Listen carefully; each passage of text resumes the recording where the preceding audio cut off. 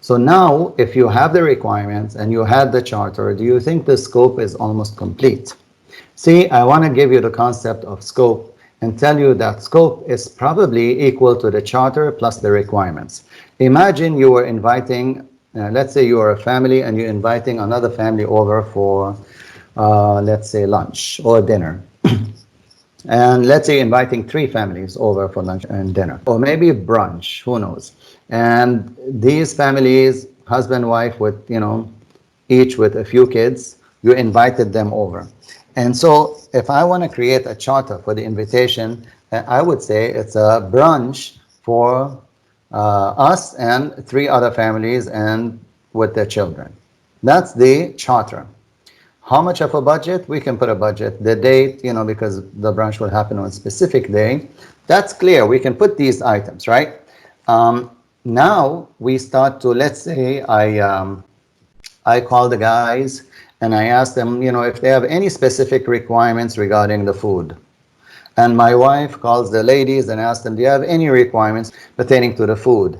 And she also would ask her, do you have a maid? Do you have, how many children will you be bringing along? We usually know how many children. Will the children be coming along? Things like that.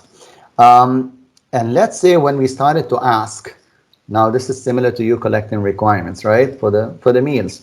You started to hear that some of the ladies, they start to ask for sushi, and the guys want like good quality steak, and some are asking for definitely there must be rice, and others the same salad. Of course, you will have salad, and if for somebody like me, I'll be like, you have to have those little handheld like appetizers, those are nice.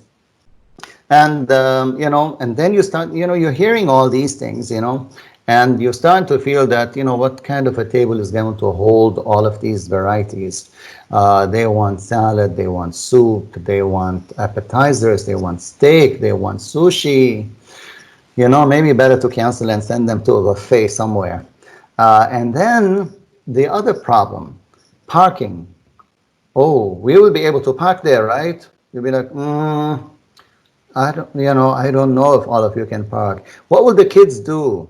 Do you have a separate room for them so that they don't, run around us while we're eating or something? Oh, what are you having for drinks?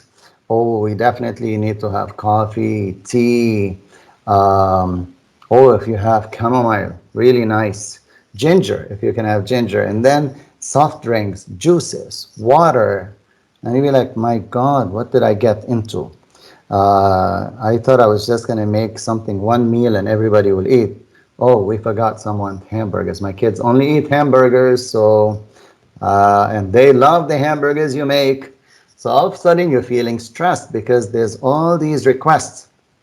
What you just did, other than get yourself in trouble, is that you took an original request, which was the charter, which says an invitation to brunch for 3 or 4 families, and that with the requirements that you just collected from everybody, gave you a full understanding of the scope of the trouble that you got into. You get that? See, the charter was very high level. It doesn't really give you all the details. Only when you get the requirements from the different stakeholders, which are the people that you're inviting, that's when you get the true sense of the scope of the work that you're going to be involved in. Now you're going to probably scream for help, or you're going to probably restrict it to say, I don't know if we can put sushi, it has to be really fresh, and we have to have, and they'll tell you where to order it from, since you're inviting them. So you have a limited budget, let's say, maybe you cannot include that. So when we try to put the scope together, it is usually my understanding of the charter plus all of the requirements that I've heard and collected from all of the stakeholders. That's why it is in this order. The charter comes first. Who do I need to talk to? I get their requirements. So the people I need to talk to are my stakeholders. I collect their requirements, analyze all of these, and all of a sudden I have the scope of the work. But mind you, I also have limited budget and I have limited timing, I have limited resources, I have my constraints. So even the parking, maybe I don't have the ability for that many cars, because one of the ladies will say, I will come first, my husband will follow after. You have space for 2 cars, right? Yeah, I have for two. We're using them. Me and my wife, we use the two spots. Oh, but then how would we come? Are you going to pick us up? No, I'm not picking you up. So you see, the scope comes from the requirements. That's when you know all the work that you have to do. The scope is the work needed to successfully complete the project, and only that work only. We don't go outside of the scope. We're just sticking, and everything that I just discussed pertains to that branch. Okay, it's all related. And now we see that there are two types of scope: product scope and project scope. The product scope, in the case of the branch, will be the meals, the hot, cold, and things like that. These are the features and functions that characterize our branch, which is the product or service. The project scope, the work that must be done to deliver that product, service, or result. So now, when they say they want hot soup, is there cold soup? So they want soup, and they want salad, and they want sushi. That's nice. What work do we need to do to actually prepare such things? We may need to go buy a pot. We may need to buy borrow, a second table to put it next to them. So we may need to figure out activities, move a TV into one of the rooms so the kids will stay there, put some, I don't know, gaming thing there so they can stay away from us and focus on their stuff. You start to think about, what do I need to do to be able to deliver this brunch, right? So on a project, there's the product itself that you need to make, which in this case will be the soup and everything, and the sushi and the hamburgers and God knows what. And then there's the project scope, the things we have to do: buy this, borrow this, call this person, make sure you arrange for this, shop around for the best sushi. Oh, we didn't even talk about dessert yet. Okay, what kind of dessert is going to be? Local type dessert? Is it going to be Western style? Is it cheesecake? What exactly are we bringing for dessert? So the work we have to do to shop around, agree, call them, understand what they want, and then call them again and say, oh, we couldn't get sushi. Would you be okay with French fries? They're not related, but anyways, the work you have to do other than the product that you need to make. This is the total scope of your project. I hope you got this part, because this is really important. So now, when we put the scope together, as I mentioned, there's project scope and so on. There's usually a project has objectives. If I wanted to spend all the money in the world, I will just order catering and they will make the nicest buffet for everybody and everybody will be happy. Okay, but I probably have a limitation on money. So most projects, the scope is going to be bound by some objectives. Specifically, and well, I'm just going to give you one of them: budget. Okay, I would like to provide the following brunch, but I don't want to spend more than $1,000, for example. Although $1,000 can be a lot for 3 families. But I'm willing, let's say, to spend $1,000. So that's a very specific and measurable objective. Do you agree? You can specifically put a number there, and you can easily tell if you've exceeded that one. It's realistic, has a cost limitation, cost limited. That's what the SMART acronym stands for: specific, measurable, agreed upon, realistic, and time and cost limited. Agreed upon in the sense that me and the others agree this is a reasonable objective to be met. The other SMART objective could be that we cannot have more than 15 people in the apartment at any one point due to fire and safety regulation, right? That's very specific and measurable, and we can agree on it. It's a realistic request, and it has, well, it's not tied to time cost limited, but for the timing or for when the brunch is going to happen, this objective can be met. So usually projects may have specific objectives, and those need to be satisfied when you put together the scope. When you want to finalize the scope, mind you, you've collected all of these requirements. So everybody wants to have their own wishes. Sushi and everything. Now they don't know how to eat normal food. They have to eat sushi. Oh, it has to be a Wagyu burger, not just regular beef. Wagyu beef. And so, and certain types of cheese, you know, you don't want the basic cheese. So those people you should never really invite, honestly. So anyways, now when you want to offer, when you want to put together this brunch as a scope, right?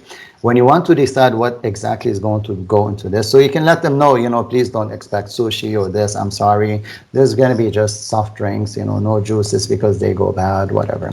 So this is because what you've done is you probably consulted with your mom or your mother-in-law or somebody, friends, or you maybe you checked with one of the restaurants that does catering, and you got some advice. So you can consult with, you can check with consultants, subject matter experts, people who've done this before, to give you an idea of what they recommend you should do. And what you end up is with, you have different alternatives. I could go all Western, I could go all Oriental, I could just cater from the outside. I could limit it to just burgers and French fries. You know, I'm sorry, that's how it's going to be.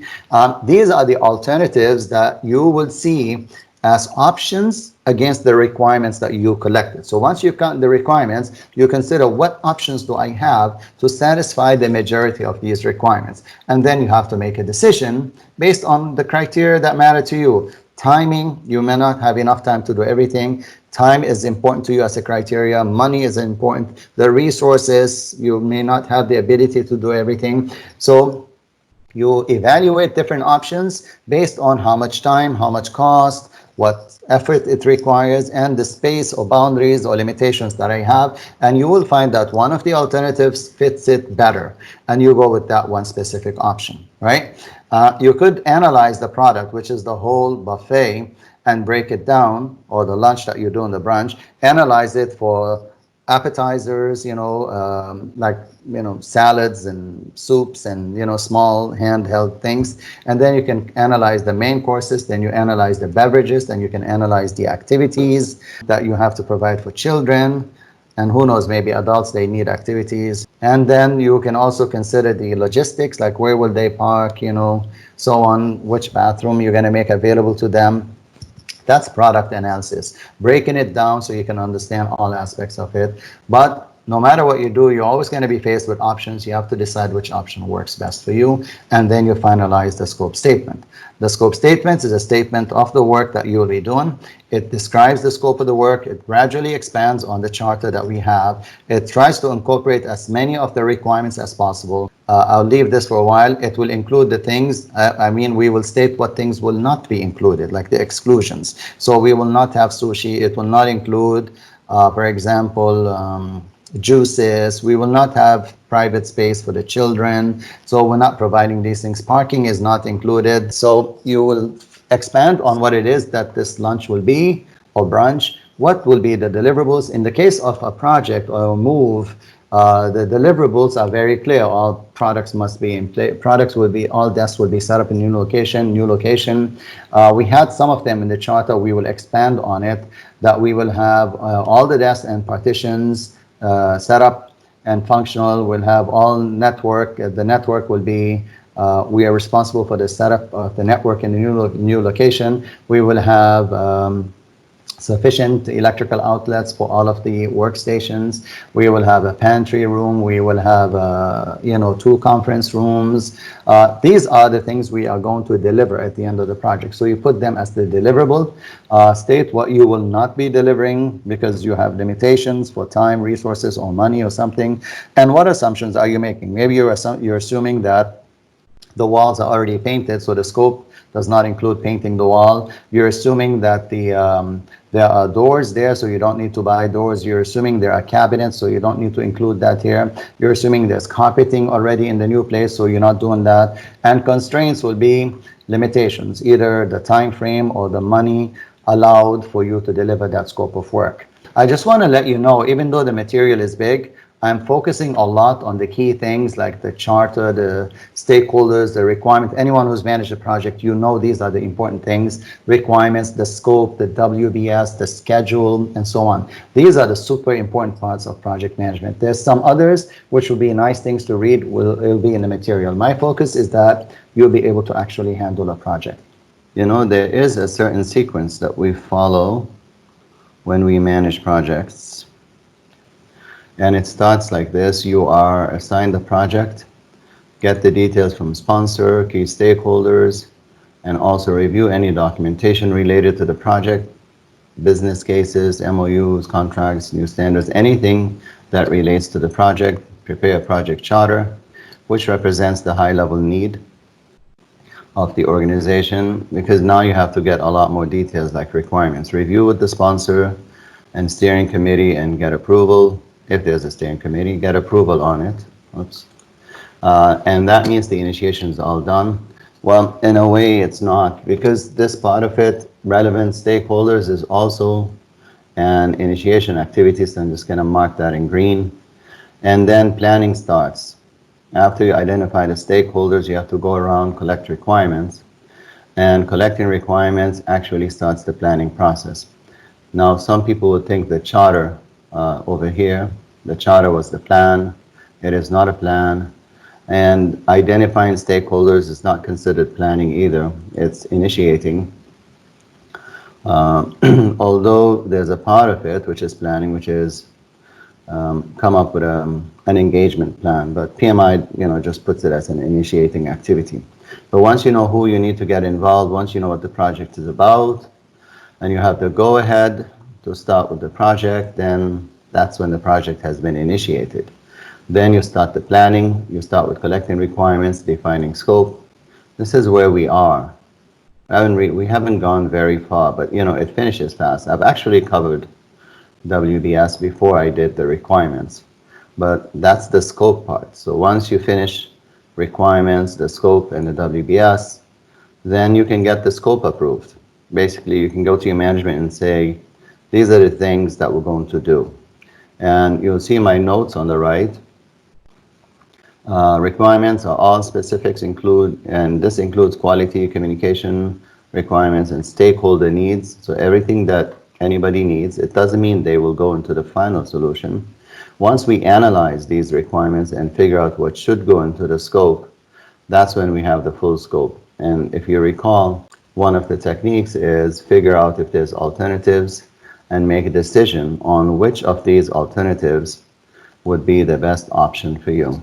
And for that, you need to know what criteria are important to your organization. If they're heavily focused on money, then maybe the cheaper alternative would go. But if they're focused on features, functions, then you'll go with the alternative that ranks really well when it comes to features and functions. So you'll rank these. You rank the alternatives and you pick one that your organization can go with. You could also analyze the product like we did with the WBS, break it down. The analysis helps understand what goes into making the product, and thus the scope becomes clear. So you can use something called a product breakdown, but I chose to use a work breakdown. And if we know what the end product is, and we were using an example of a move, then I can think of different aspects of the move and then analyze each piece separately. And when I analyze them separately, I'll do this. And you can do this in Excel. You can, or anywhere you want, just draw or create columns if you want in Excel, or create boxes in, I don't know, in any documentation. You can even scribble it by hand if you want. All I want is different compartments, and that represent the pieces of the product. So for the move, I know that the packing and moving is one thing, and then the people-related things, communication, administrative stuff is something else. Then there's the vendor and tender, and we're not really going to tender this, but we might choose between different vendors, and then the payment process. I could break that separately. Then there's the IT part. So then I could, from the list of requirements, let's say we collected a lengthy list of requirements, and I'm going to draw them as this box on the left here. What I'm going to do is I'm going to take all of these things that people want. So I'm just going to draw hearts inside this, and these represent requirements that people have. Okay, so on the left here, I have lots of requirements I've collected, and these are wishes and wants, and that's why I put hearts. These are things people want, right? They would love to have these features. So I'm going to put them in there, and I am analyzing the full, I have a charter, and so if I want, I can put the charter at the top here. The charter, which represents the need. What is it that you want, right? And I've collected these requirements from different stakeholders, and all I have to do is think about the different pieces of the solution. So this could be the IT part of it, and this could be the construction part of it. This maybe would be the admin part, and maybe there's another part somewhere that says the the moving, right? So there are different parts to my project, and all I have to do is figure out how I can get the maximum number of requirements to fit into my final solution. And I'm going to have different alternatives available to me, outsourcing a lot of this, doing things in a specific order, but I still need to figure out how do I get these requirements that you see here on the left. How do I get these requirements? Let's say a few of them pertain to IT. How will they be implemented in my final solution? What about the administrative things that people would have asked for, like how to label, or maybe that's the moving, labeling the boxes, making sure you put people's names, would be requirements pertaining to moving. And administrative would be to notify people in advance, communicate. Maybe it helps if I also open up the requirements document that we filled out. All personnel, non-essential items must be cleared from premises by August 10th. Employees must complete own packing no later than August 9th. And then, things pertaining to notifying, and then access cards must be provided to each employee. Things that will have to be done administratively that people or your management would have asked about, you need to make sure that your project covers that. Okay?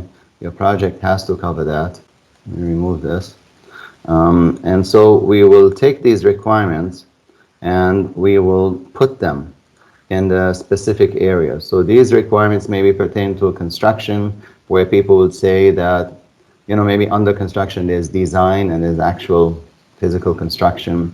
So maybe people said only 4 desks to any office. So that requirement needs to be in my final solution. So here I took a charter and I collected requirements, and the requirements went into the final scope of the solution. So what you see in the middle represents the scope, the final scope of your project.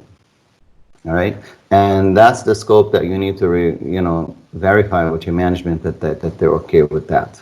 All right, so that's how we usually think when we're thinking about projects. Because I'm trying to keep it all logical. If I want to manage a project and let's say I'm not experienced, I would want someone to tell me this is how you want to think about putting the scope together. I always approach practical trainings from a perspective that not everybody would have had a project before, that people would not have maybe the experience, but they have the ability, they just don't know which way to go about it. So this is how we take it. This is where we are.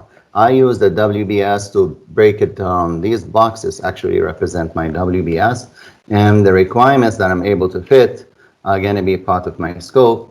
And mind you, some of these requirements may not be satisfied, so we're going to X those out because maybe they don't fit in the alternative that we chose. For moving, I'm sure we could move department by department, so it's not really messy, but it takes long, and that means you need to keep the movers for a very long time.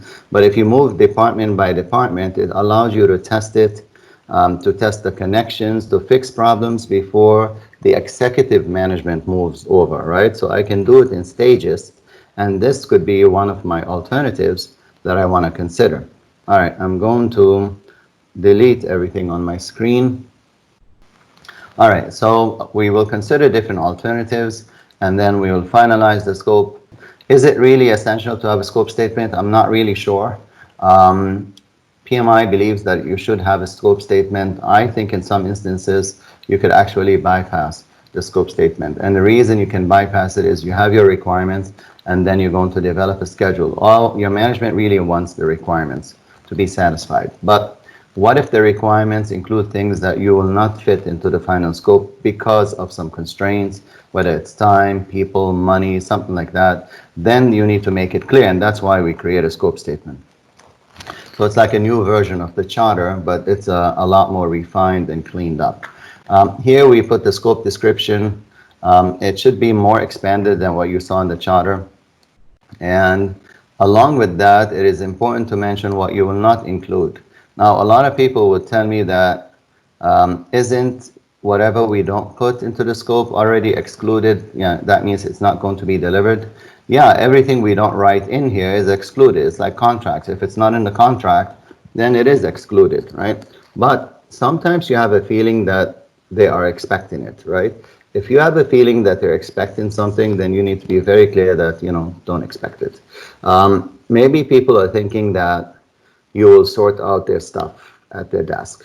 Maybe we're not going to do that. Maybe we're just going to move things, create, make sure you have 3 electrical outlets, make sure you have, make sure the network works, and maybe hard furniture, we're going to put there, put your chair, and so on, cabinets, drawers, whatever it is that you have. But we will not open your box. We don't, will not unbox your stuff. We will not sort things out. That you can go and sort out the mess the same way you had it in the old place. Nobody is going to open your box. You will pack it. You will unpack it. This is good for safety reasons. So then we say in the exclusions that we will not be unboxing your box. Will not open your box. And that way the management will know when I'm doing the project that I don't have anything in my plans to, sort out people's stuff. So you need to be clear on the things that you will not be doing if you think that they thought that you're going to be doing it. Very important to do so. And be clear on the deliverables. So these deliverables, they are what the project was undertaken to produce, other than the non-product deliverables, such as documentation and reports. We call these non-product deliverables because these are management deliverables, like the documentations and reports, and maybe they want a report, like a checklist that says every box has been delivered and has been received by the employee. Maybe you need to get a sign-off from them, and that way we make sure no box was lost along the way. But besides that, there's, the network has been installed and tested, the partitions have been installed. We don't test them, but we put them there. And then the desks and all furniture has been put into the right places and has been approved by maybe some department head or the senior admin, things like that. These are your deliverables. This is what you're doing on the project, physical work, as well as the non-physical work. And then the acceptance criteria. How would you get final sign-off? Now, you will agree on acceptance criteria with the movers, but internally, with your management, I'm not really sure what your acceptance criteria is. I'm pretty sure when we do a move, it's always messy. There's always a few problems, but that's why we gave them 5 days of monitoring that we will do as part of our charter. We said for 5 days we will keep an eye, and we included that in a way. So in my deliverables, I will also state those 5 days of monitoring that we have to do. But the acceptance criteria is the criteria for accepting the final deliverable. Meeting this criteria will justify approval by the stakeholders involved or by the sponsor. So what would justify that the move I've done is complete, that you can now leave me alone and I can, move on? For the movers, they will just tell you that here's the, here's all your stuff. It's been put back where it is. If you're okay, sign this document that the move is complete. And once you sign it, then that's your acceptance criteria. So that's your acceptance indication. But the criteria to accept, you would have told them that, for example, all boxes need to be there, but not just that, I want every box in the specific place according to the layout that I gave you, so that we don't have to move these boxes and furniture. So if that's what the movers As if you that's what you agreed with the movers, then the moment you do all these things, they expect that you will sign off on the sheet so that they can collect the rest of the money. So that's the acceptance criteria. Now, what I'm going to do is I'm going to show you a sample scope statement just to help you think about it. The form looks like this. This is the generic form, empty one. So the project title goes here, the date that you prepared it goes here, the scope description goes here, the deliverables go here, acceptance criteria, exclusions, constraints, assumptions. Once you fill this out, this becomes your scope statement. So why don't I show you one of these scope statements that is filled out. It's just an example, so it's not really perfect, but it's just an indicator of what it should look like. See, this is the same form that I just showed you. Just take a little bit of time and read the scope description while I sip on my coffee.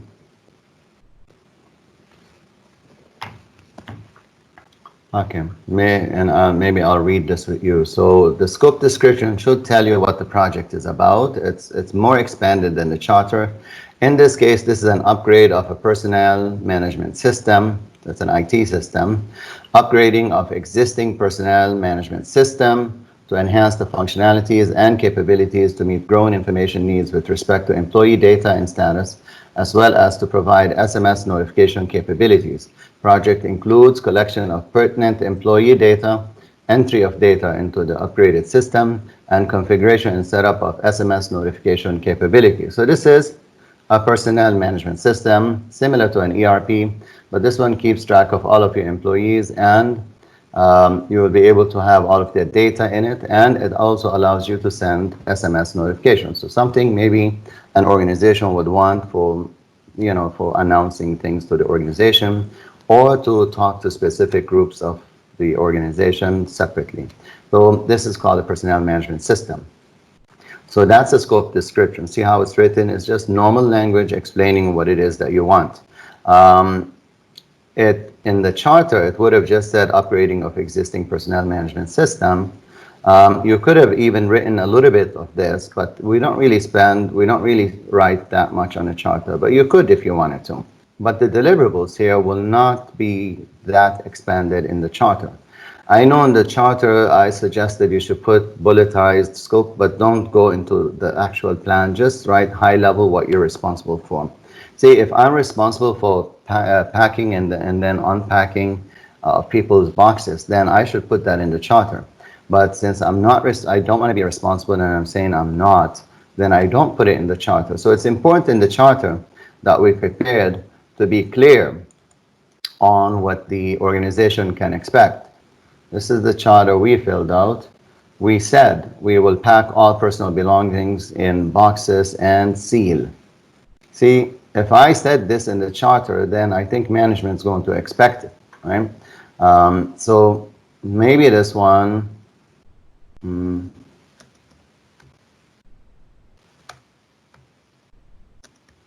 maybe we will seal the boxes, because people may not know how to seal their boxes.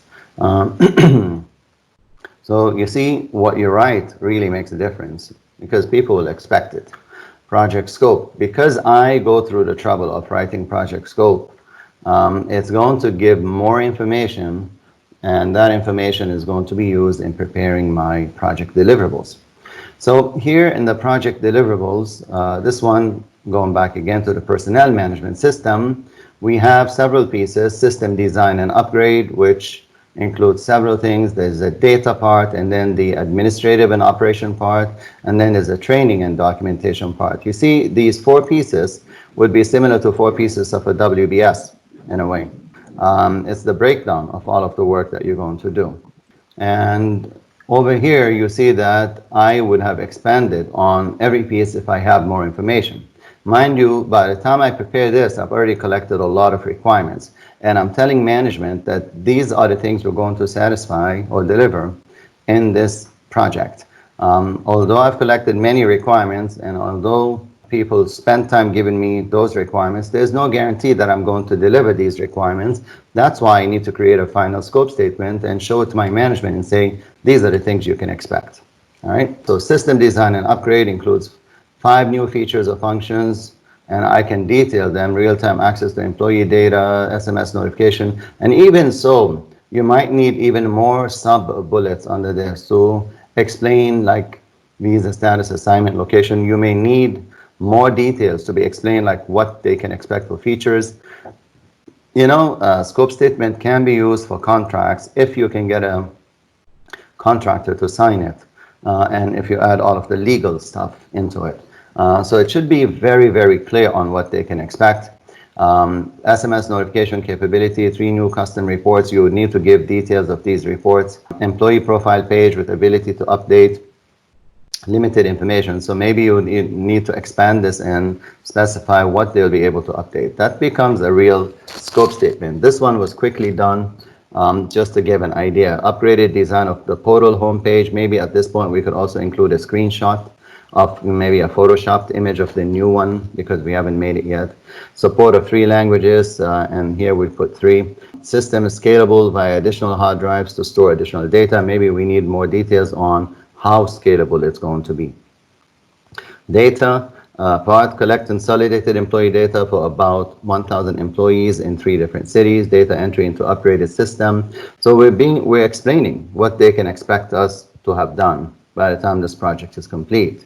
We'll create 2 admin accounts and test account. We will create the ability to add, delete. We'll create the department for 10 manager accounts, annual updates to software, training and documentation, technical manual, 2 one-day workshops for the admins on using the system.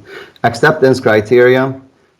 This is for us to hand over successfully. Successful testing of all features and functions of the system. Training workshops should be completed. Handover of training manuals and technical documentation. Once we've done these, they have no reason not to sign. They should be able to take over the system. Exclusions does not include ISP or telecom account. We don't provide that. We do not verify accuracy of employee data. We just enter it. No new hardware will be added. No new software licenses will be provided. So we're just upgrading, we're upgrading the system without adding any new licenses, or maybe it's just a coding thing that we're doing. Constraints. Must finish before 4th quarter of fiscal year, must not cost more than a certain amount, no existing employee data in one place.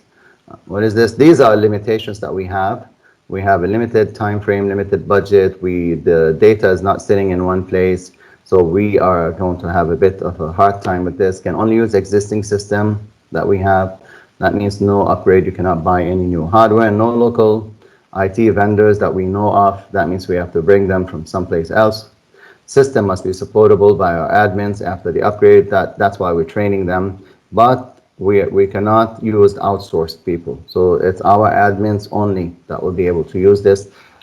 Because of this constraint, due to this constraint, you'll see that we included here training workshops, right? So constraints will force you to include some scope of work.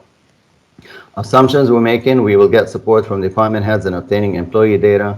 Existing hardware can sustain additional activity load, and admins that have been trained will continue to maintain systems. So these are assumptions we're making. That's what a scope statement looks like. So as I mentioned, this one, if you detail it well, then you leave no room for disagreement with a vendor. If it's vague, if you say, for example, 3 custom reports, I have no idea, where the vendor starts to draw the line and say, this is all the report we're going to do. Anything more than this, it's going to be a change request. And vendors are very good at asking for change requests, because that means more money for them. So we have to be clear on what goes into a tender document before it goes. And that's why we do all the steps that we've done before. Get the requirements from the stakeholders, make sure we've covered all stakeholders, make sure we've analyzed all possible requirements, and then we've thought about what really works out for us, and then we put it in there. Now, sometimes you're just preparing the requirements document, so it's the Excel sheet, this Excel sheet here. So we prepare this, right? We do all of this, and then we can group it, so we can put categories here or groups. And then we decide to outsource this to someone to do it. Obviously, Though, I mean, I think you can outsource a whole move, but I'm thinking maybe IT systems or this one that we have that was shown here. After you collect all these requirements from different stakeholders, you may not be the one who is finalizing the scope. What you're doing is you go through a tendering process, specifying, by attaching a sheet of all of the requirements that you're looking for. The supplier, the vendor will come back to you with what they can offer versus what you're saying. So you have a list of, let's say, 158 requirements. They come back to you with a solution, which is the scope of, or the project scope that you mentioned, that includes not all of the requirements, because some of them they don't do, so they will leave them out, but they will add additional requirements that they do. So this could be a negotiation that happens before you actually sign the contract. What you don't want is negotiation after the contract, because that one is troublesome. So agree on everything beforehand, and they will give you a final proposal, right? The proposal is, in fact, the scope statement. In the proposal, they state what they will deliver. They also state assumptions and constraints, especially assumptions, because their assumptions are a burden on you. Whenever they say like this, admins that have been trained will continue to maintain system, if you now don't use these admins that we trained and later complain that this system has issues, I will tell you that, you said you will have the admins we trained manage this, but you let them go immediately, and the new ones are not trained, so it's not our fault. Those assumptions are intended to clear them. That's why they include the assumptions. So in your proposal, you're looking at the scope statement. So it can have different formats. If it's an internal document, then it's just called a scope statement. These are internal documents. The charter is an internal document, stakeholder register requirements document, scope statement, WBS, the schedule. These are all internal to us. The only time they become an external document is when we take this scope statement and we add all of the legal language, and then we put it in an RFP, request for proposal. That's when it becomes potentially an external document, because that's when vendors or suppliers look at it, and then eventually you sign a contract with them. But until then, it's just an internal document inside the organization. All right, let's move forward with the material. So that's the scope statement. The WBS